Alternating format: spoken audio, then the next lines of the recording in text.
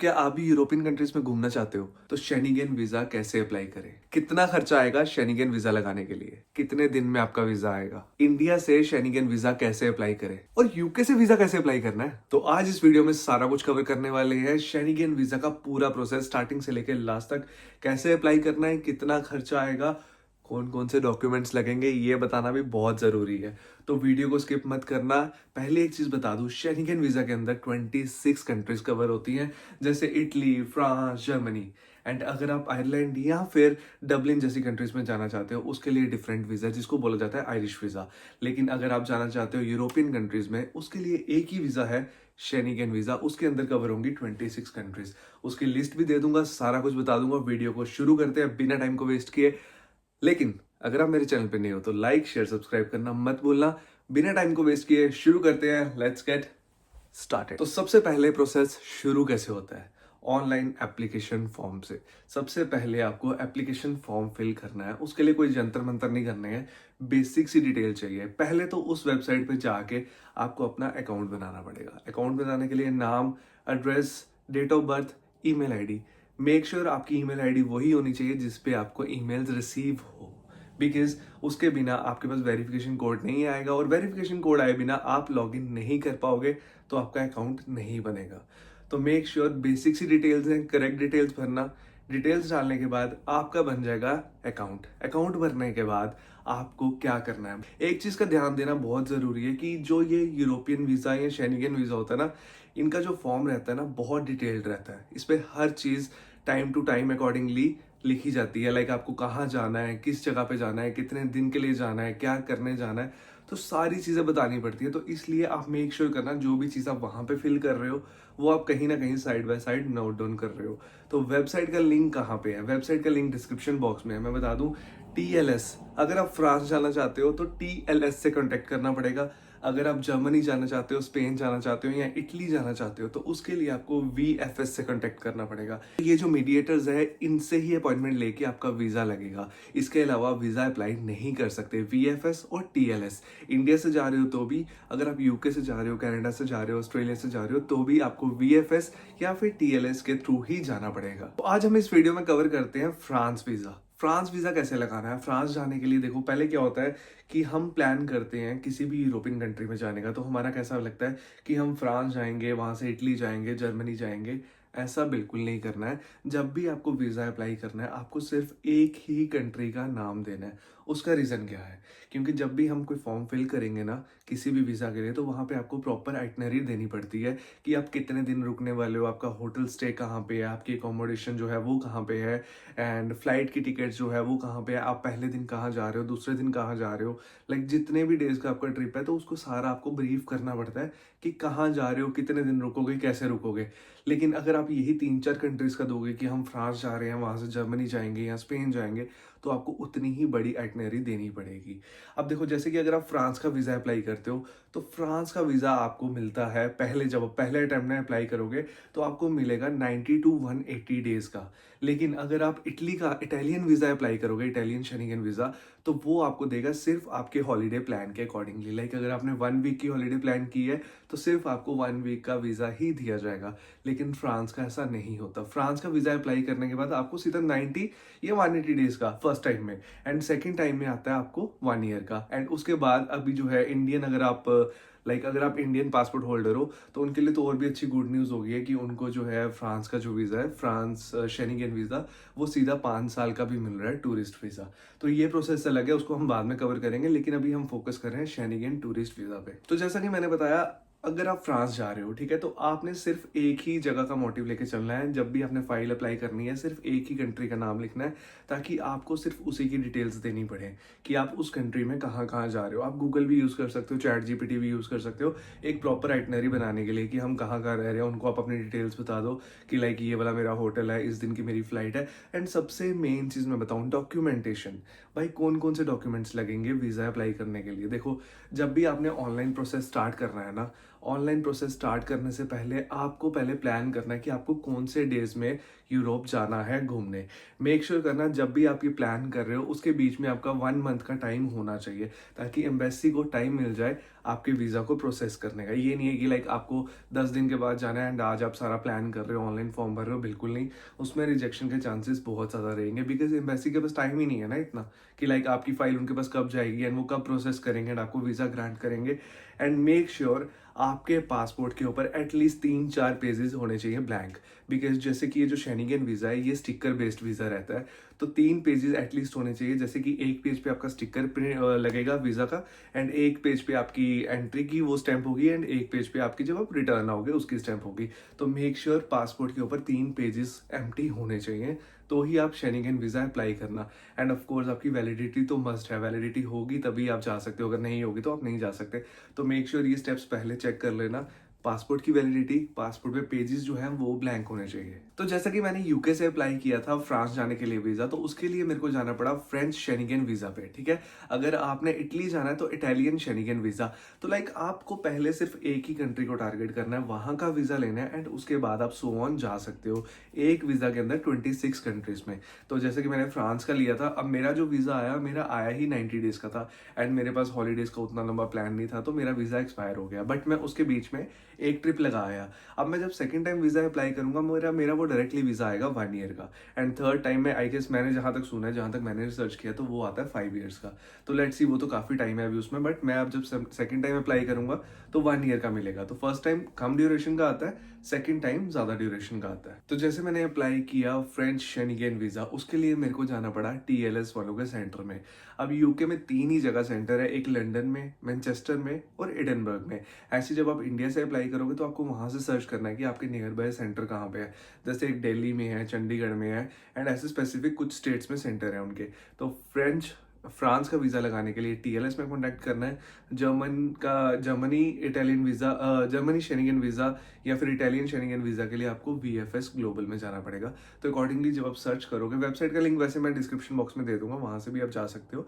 लेकिन जब आप सर्च करोगे शेनिगन वीज़ा या फ्रेंच शेनिगन वीज़ा, तो पहली या दूसरी वेबसाइट जो हाईलाइटेड होगी उस पर आप जाके अप्लाई कर सकते हो। ऑनलाइन अप्लाई करना है, पहले अकाउंट क्रिएट करना है, बेसिक सी डिटेल्स डालनी है, एंड सो ऑन। ज़्यादा मुश्किल नहीं है। एंड उसके बाद जब सारा प्रोसेस हो जाए, पहले तो मैंने स्टार्टिंग में जैसे आपको बताया, आपको माइंड में पहले प्लान बनाना है, पूरा लिख लेना। माइंड में तो क्या भूल भी जाओगे, तो लिख लेना पहले आपको कौन से डेट से कितने दिन का प्लान है, ठीक है। उसके बाद आपको चाहिए होटल बुकिंग। जिस भी कंट्री में जा रहे हो वहाँ की होटल बुकिंग, कितने दिन आप रहने वाले हो, लाइक 2 दिन, 3 दिन, 4 दिन, जितने भी दिन रहने वाले हो उसकी होटल बुकिंग आपके पास एडवांस होनी चाहिए। फ्लाइट टिकट सबसे ज़रूरी है भाई, फ्लाइट टिकट, बस टिकट या ट्रेन टिकट। तो देखो, ये जो एम्बेसी है ना, वो लोग भी बोलते हैं कि जब तक आपका वीज़ा ना आए तो आप उससे पहले अपनी डमी टिकट्स भी लगा सकते हो। ज़रूरी नहीं है कि आप पैसा पहले लगा दो एंड बाद में आपका वीज़ा नहीं आया तो टिकट्स के पैसे वेस्ट हो जाएंगे। तो उस केस में आप डमी टिकट भी यूज़ कर सकते हो। डमी टिकट भी कुछ लोग जो है बनाते हैं, तो आप अपने नियर बाय जो टूर एंड ट्रैवल वाले हैं उनसे कॉन्टैक्ट कर सकते हो। अदरवाइज आप मेरे को मैसेज कर देना, तो मैं आपके साथ नंबर शेयर कर दूंगा। मेरे पास 1-2 लोग हैं इंडिया में जो लोग ये डमी टिकट्स बनाते हैं specially for this visa purpose. या फिर अगर आपने डमी टिकट नहीं लेनी है तो फिर आप खुद भी टिकट बाय कर सकते हो जिसमें कैंसिलेशन का टाइम हो एंड 0 चार्जेस हो, सो ऑन। वो आपको काफी रिसर्च करना पड़ेगा अपने अकॉर्डिंगली, बट मेरा सजेशन ये है कि आप डमी टिकट्स करो। एक तो वो सस्ती आती हैं और स्ट्रेस फ्री रहती है। मतलब लाइक वो ऐसा होता है कि जैसे आपने जिस दिन आपकी अपॉइंटमेंट है, जैसे मेरी 3 दिन बाद की अपॉइंटमेंट है, तो जो डमी टिकट वाले हैं वो एक दिन पहले आपको वो टिकट प्रोवाइड करेंगे। बिकॉज कैसा रहता है, वो जो टिकट होती है वो 24 आवर्स या 48 आवर्स के लिए ही वैलिड होती है। तो जब आपकी फाइल जाएगी प्रोसेस में, लाइक जिस दिन भी आपकी अपॉइंटमेंट है, तो उस दिन वो शो करेगा वैलिड टिकट। तो बाद में करे ना करे, बट वो मैटर नहीं करता। मेन आपकी अकोमोडेशन होनी चाहिए बुक, ठीक है। चलो डॉक्यूमेंट की पहले मैं लिस्ट ही बता देता हूँ। सबसे पहले मेन डॉक्यूमेंट आ गया पासपोर्ट, वैलिड होना चाहिए, 3 पेज एम्प्टी होने चाहिए, एंड सिंपल सी चीज़ है, ये ज़रूरी है। उसके बाद सेकंड आता है passport size photograph. Schengen visa के लिए अलग पासपोर्ट साइज फोटोग्राफ है। जो इंडिया में हम प्रिंट कराते थे फोटोग्राफ पासपोर्ट साइज, वो नहीं लगती है। जब भी आप किसी भी फोटोग्राफर की शॉप पे जाओगे, या फिर अगर आप यूके में रहते हो तो आपको पता है यहाँ पे फोटो बूथ होते हैं फोटो क्लिक करवाने के लिए, तो वहाँ से आप स्पेशली क्लिक कर सकते हो शेनिगन वीज़ा। तो उसके अकॉर्डिंगली छोटे साइज की फोटो होती है, नॉट ये दैट पासपोर्ट साइज वाली, अलग साइज होता है। तो पासपोर्ट साइज फोटोग्राफी बोला जाता है, but for Schengen visa. Passport, passport size photograph, accommodation की बुकिंग होनी चाहिए जहां आप रह रहे हो होटल में, या जिस भी फ्रेंड के घर जा रहे हो उसका एड्रेस डिटेल प्रॉपर जो भी है, जिसके घर भी जा रहे हो। अगर किसी के घर नहीं जा रहे हो, होटल में जा रहे हो, तो उसके एकोमोडेशन की बुकिंग्स होनी चाहिए, पर प्रॉपर कंफर्म्ड बुकिंग होनी चाहिए एकोमोडेशन की। Secondly, mode of travel. आप फ्लाइट से जा रहे हो, ट्रेन से जा रहे हो, बस से जा रहे हो, जिससे भी ट्रैवल कर रहे हो, आने जाने की टिकट। तो जब मैंने टिकट की थी, मैंने की थी ब्यूविस एयरपोर्ट की। पहले तो मैंने सर्च कर लिया था कि मेरे को जाना कहाँ है। मेरा टारगेट था पेरिस घूमने का। तो पेरिस घूमने के लिए 2-3 एयरपोर्ट है जो कि पास पड़ते हैं पेरिस जाने के लिए फ्रांस में। एक था ब्यूविस, एक चार्ल्स de गुल्ली, ऐसे करके कुछ नाम है, प्रॉपर प्रोनाउंसिएशन नहीं आ रही मेरे को, माफ करना। लेकिन जिसको भी समझ आ रही है, समझ आना नहीं आ रही तो सर्च कर लेना। लेकिन मैं ऐसे आपको गाइड कर रहा हूँ, मैंने जो किया था। तो मेरी ब्यूविस की फ्लाइट थी, वहां से फिर मैंने एक रात ब्यूविस में स्टे किया, क्योंकि मेरी जो फ्लाइट थी रात को 10-11 बजे वहां पे लैंड हो रही थी। तो ऑब्वियसली उस नाइट मैं पेरिस ट्रैवल नहीं कर सकता था, काफ़ी लेट हो जाता। तो मैंने ब्यूविस में ही एक स्टे बुक कर लिया। तो स्टे बुक करने के बाद उस दिन मैं वहाँ पे रुका। नेक्स्ट डे वहाँ से मैंने ट्रेन लेके, ट्रेन की बुकिंग आपको करने की ज़रूरत नहीं है लोकल की वहाँ से, बट एक आइडिया होना चाहिए कि आपको जाना कैसे है, ट्रेन में जाना है या बस में जाना है। तो वो आपको ऑलरेडी पहले ही प्लान करना पड़ेगा अपनी आइटनरी के अंदर। तो आइटनरी के अंदर आपको पूरा डिटेल बनानी है, कहाँ से कहाँ जाना है, कितने दिन रुकना है। उसके बाद हम यहाँ लंच के लिए जाएंगे स्पेसिफिक, वहाँ पे मैंने एक कैफ़े सर्च किया है, उसका फूड काफ़ी अच्छा है। या वहाँ पे हम फोटो शूट के लिए जाएंगे, या आईफिल टावर में जाएंगे, तो उसकी, अगर आप जैसे आईफिल टावर के अगर टॉप पे जाना है तो उसकी टिकट वो ऑनलाइन वो भी मिल जाती है, बट वो आपका फर्दर प्रोसेस है। बट आपको ये बताने की जरूरत नहीं है कि आप मेरे को टॉप पे जाना है, बट हाँ, will visit Eiffel tower, then will visit this museum, that restaurant. तो एक आइटनरी बनाना बहुत जरूरी है। तो आ गया पासपोर्ट, पासपोर्ट साइज फोटोग्राफ, उसके बाद आपकी एकोमोडेशन, उसके बाद आपका मोड ऑफ ट्रैवल। पांचवा डॉक्यूमेंट बहुत जरूरी है जो कि है ट्रैवल इंश्योरेंस। तो मेरे साथ कैसा हुआ था, मैंने ट्रैवल इंश्योरेंस बाय कर ली थी अपने घर पे बैठ के, अकॉर्डिंगली मेरे को जो चीप लगी। बट जब मैं टीएलएस वालों के सेंटर पे गया, उन्होंने बोला कि ये जो इंश्योरेंस है ये तो वैलिड ही नहीं है। तो बट बाय चांस उनके वहाँ पे मशीन थी एंड मैंने डायरेक्टली वहाँ पे परचेज कर ली। एंड जो मैंने इंश्योरेंस की हुई थी, उन लोगों ने मेरे को मतलब वेबसाइट पे लिखा हुआ था कि it's valid for France travel, but वो वैलिड नहीं थी। तो फिर मैंने उनकी वेबसाइट पे जाकर रिफंड अप्लाई किया, तो मेरे को रिफंड आ गया। बट मेक श्योर करना कि आप प्रॉपर रिसर्च करके करना, या फिर मैं एक लिंक दे दूंगा जहाँ से आप बाय कर सकते हो ट्रैवल इंश्योरेंस। अदरवाइज आप टीएलएस के सेंटर में वहाँ जाके भी बाय कर सकते हो ऑन स्पॉट। उसका जो खर्चा मेरा आया था 11-12 पाउंड एक सिंगल पर्सन का। तो उसके अकॉर्डिंगली, अगर इंडिया के अकॉर्डिंगली देखोगे तो 1100-1200 की ट्रैवल इंश्योरेंस होगी आपकी। अगर आप as a student visa apply कर रहे हो, तो उसके लिए आपको अपनी यूनिवर्सिटी या कॉलेज से स्टूडेंट लेटर चाहिए। एंड आपके अपने पेरेंट्स के जो है 2 साल की जो आईटीआर फाइल होती है वो चाहिए। 3 महीने की बैंक स्टेटमेंट चाहिए, ताकि वो शो कर सके कि आपके जो ट्रैवल का फंड है वो आपके पेरेंट्स दे रहे हैं। ठीक है, एज ए स्टूडेंट अगर आप अप्लाई कर रहे हो, चाहे इंडिया से कर रहे हो चाहे यूके से कर रहे हो। लेकिन अगर आप एज ए एम्प्लॉय कर रहे हो या एज ए कपल कर रहे हो, तो आप दोनों में से जो भी वर्किंग है, ठीक है, अगर आप सिंगल पर्सन हो तो भी, अगर आप 2 जने जा रहे हो तो आप दोनों में से जो भी वर्किंग है उसका एम्प्लॉय लेटर, ठीक है, उसकी 3 सैलरी स्लिप, एंड उसके अलावा आपकी बैंक स्टेटमेंट। ये 3 डॉक्यूमेंट लगेंगे एज ए एम्प्लॉय। आप अगर आप फुल टाइम वर्किंग हो तो आपको ये शो करने ही करने हैं अपनी फाइल में। तो कैसे ये सारे डॉक्यूमेंट का प्रोसेस हो गया, ये दिखाने के बाद आपके अकाउंट में बैलेंस भी चाहिए, जो आपको फंड शो करने पड़ते हैं एज ए कि आप वहाँ ट्रैवल कर रहे हो। ऐसा नहीं है कि आपके पॉकेट में कुछ पैसा ही नहीं है और आप वहाँ जाके क्या करोगे, ऐसा नहीं है, आपको फंड शो करने हैं। एंड मेरे अकॉर्डिंगली मैं बोलूंगा कि कम से कम 1000 से 1500 पाउंड जरूर शो करना अगर आप यूके से जा रहे हो। एंड अगर आप इंडिया से जा रहे हो तो 1 लाख 2 लाख रुपया तो शो जरूर करना अपने फंड्स में। एंड वो थोड़ा सा पुराना होना चाहिए फंड जो भी आप शो कर रहे हो। ऐसा नहीं है कि आपने आज ही अपने अकाउंट में डलवाया तो वो 3 मंथ्स के अकॉर्डिंगली आपकी स्टेटमेंट में शो नहीं करेगा। मतलब पहले आपके 3 महीने पहले आपके बैंक में 10 रुपए थे, 20 रुपए थे या 1000 रुपया था, एंड सडनली आपने वहां जाना तो 2 लाख शो कर दिया, ऐसा नहीं है। तो वो स्टेटमेंट तभी मांगी जाती है 3 महीने की, एंड आईटीआर भी शो करनी पड़ती है। तो ये डॉक्यूमेंट्स हो गए आपके वीजा प्रोसेस के लिए। अब वीजा की बात करूँ तो 2 तरह का वीजा आता है, एक आता है सिंगल एंट्री वीजा, एक आता है मल्टीपल एंट्री वीजा। तो जब आप फॉर्म फिल करोगे उसके अंदर आपको पूछा जाएगा कि आपको सिंगल एंट्री चाहिए या मल्टीपल एंट्री चाहिए। तो मैंने जब फॉर्म फिल किया था तो मैंने सिंगल एंट्री मांगी थी, बट जब मेरा वीजा आया तो वो मल्टीपल एंट्री आ गया था। बट टाइम ही नहीं था, 90 डेज का टाइम था। तो 90 डेज में मैं 2-3 ट्रिप तो नहीं मारूंगा ना ऑब्वियसली, तो मेरा एक ही ट्रिप लगा था। पर ये आप पे डिपेंड करता है कि आपने सिंगल एंट्री अप्लाई करना है या मल्टीपल एंट्री। उन पे डिपेंड करता है एम्बेसी वालों पे कि वो आपको कौन सा वीजा ग्रांट करते हैं, मल्टीपल एंट्री या सिंगल एंट्री। माइट भी आपने सिंगल किया है, जैसे मैंने सिंगल किया था तो मुझे मल्टीपल एंट्री आ गया, या ऐसा भी हो सकता है कि आप मल्टीपल करो तो आपको सिंगल एंट्री आए। लाइक अकॉर्डिंगली आपने जो भी आइटनरी शो की है। एंड एक और चीज बता दूं कि लाइक अगर आपका प्लान है 2-3 कंट्रीज में घूमने का, जो मैंने पहले भी बताया, तो जब आप फाइल अप्लाई कर रहे हो उसमें सिर्फ एक ही कंट्री बताना, एंड जब एक कंट्री का ट्रिप लगा के आप वापस आ जाओ उसके बाद आप सेकंड कंट्री में जा सकते हो, ऐसा भी कर सकते हो। या फिर अगर आपका 4-5 दिन का स्टे है, ठीक है, आपने उसके अकॉर्डिंगली एकोमोडेशन वगैरह सब कुछ ले लिया, लेकिन आप वहाँ से कहीं और ट्रैवल कर रहे हो, इट्स अप टू यू, वो आपकी चॉइस है। वहाँ से आप बस में कर रहे हो, ट्रेन में कर रहे हो या फ्लाइट में कर रहे हो, बट आइटनरी में जो आपको शो करना है उसके लिए आपको पूरी टिकट चाहिए, अकोमोडेशन की बुकिंग चाहिए, फ्लाइट की टिकट चाहिए या बस की या जिसमें भी आप जा रहे हो उसकी टिकट चाहिए। तो सबसे पहले आपको फॉर्म फिल करना है। फॉर्म फिल करने के बाद आपको मिलेगा रेफरेंस नंबर। वो रेफरेंस नंबर लेके आपको जाना है टीएलएस की वेबसाइट पे या फिर वीएफएस की वेबसाइट पे। वहां से आपको बुक करनी है अपनी एक अपॉइंटमेंट, जो कि होगी बायोमेट्रिक अपॉइंटमेंट।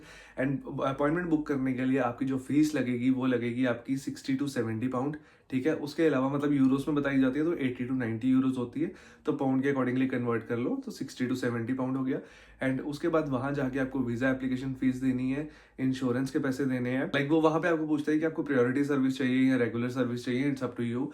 बट वो आपको वहां पे ऑप्शन पूछा जाता है कि if you want buy that priority services, वो विद इन डेज आ जाता है।